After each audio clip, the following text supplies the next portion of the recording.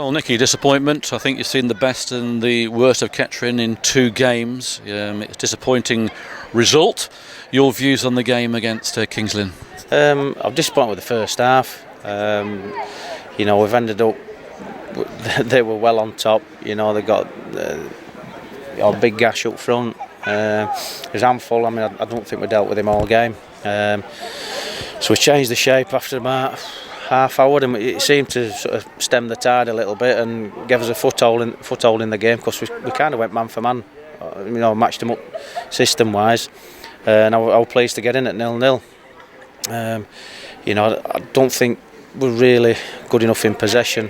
We showed spells, and then obviously we go a goal down, and then we all of a sudden we start playing. We're not the first team to do it. We're not be the last. Because it seems as if then the lads just think, oh well, we're a goal down, we get on the ball now. And I've just said to them, we need that at 0-0. I think we're a better team than that. Well, certainly. The Saturday performance against a good team against Telford, and tonight's performance, as you say, was like chalk and cheese, wasn't it? Yeah, probably for an hour tonight, over the course of the game, we weren't really in it. I thought for half an hour we made a decent fist of it, and we ended up creating some chance of nicking a goal back. The second goal's, it's poor set up from the throw-in, and if you don't see things off, and all of a sudden, if they don't score that, and we manage to nick one, you either come away with a point, or all of a sudden they're panicking, in the last 5 or 10 minutes. But which they were when Brett came on and got one of his usual late goals.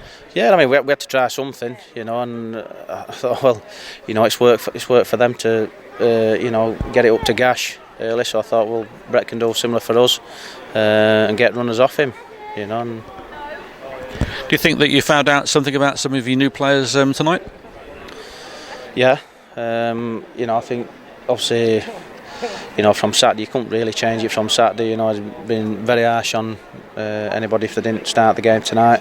But I'd got 2 or 3 things at the back of my mind. A couple of them have been confirmed, but it's not a time to panic or. You're not a panicker anyway, are you? I'll lose your head over anything. I'll chat with Luke about stuff, and I'll chat with the players. I've had a good chat with the players now. You get their views off them. I think they need to demand off each other more. Long trip to Darlington on Saturday, then a home match against Chester. 2 very, very tough matches indeed. Yeah, they're all going to be tough. On paper.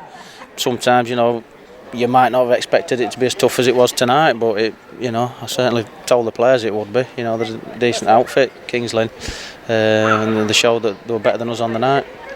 Yeah, it was. You said Gash. I thought he had an exceptional game. Marriott was good, wasn't he? And even Foxy, who used to play for Kettering, had a decent game for the lads.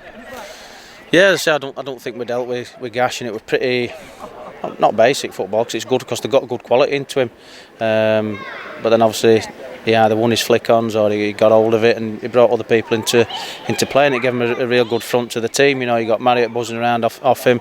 The midfield runners breaking through as well. So it was a real handful all night. Whitey once again put a very impressive performance in. Not a lot he could do about the goals really, but without him it could have been a lot higher than it was. Yeah, I don't know. I don't really count the chances, but it could have been quite a high-scoring game. I think we'd have still lost.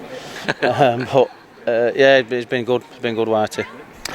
Okay then, Nicky, we'll see you on the long trip to Darlington on Saturday. Let's hope we can bounce back, and a learning curve, as you said. Yeah, definitely. Thank you, Nicky.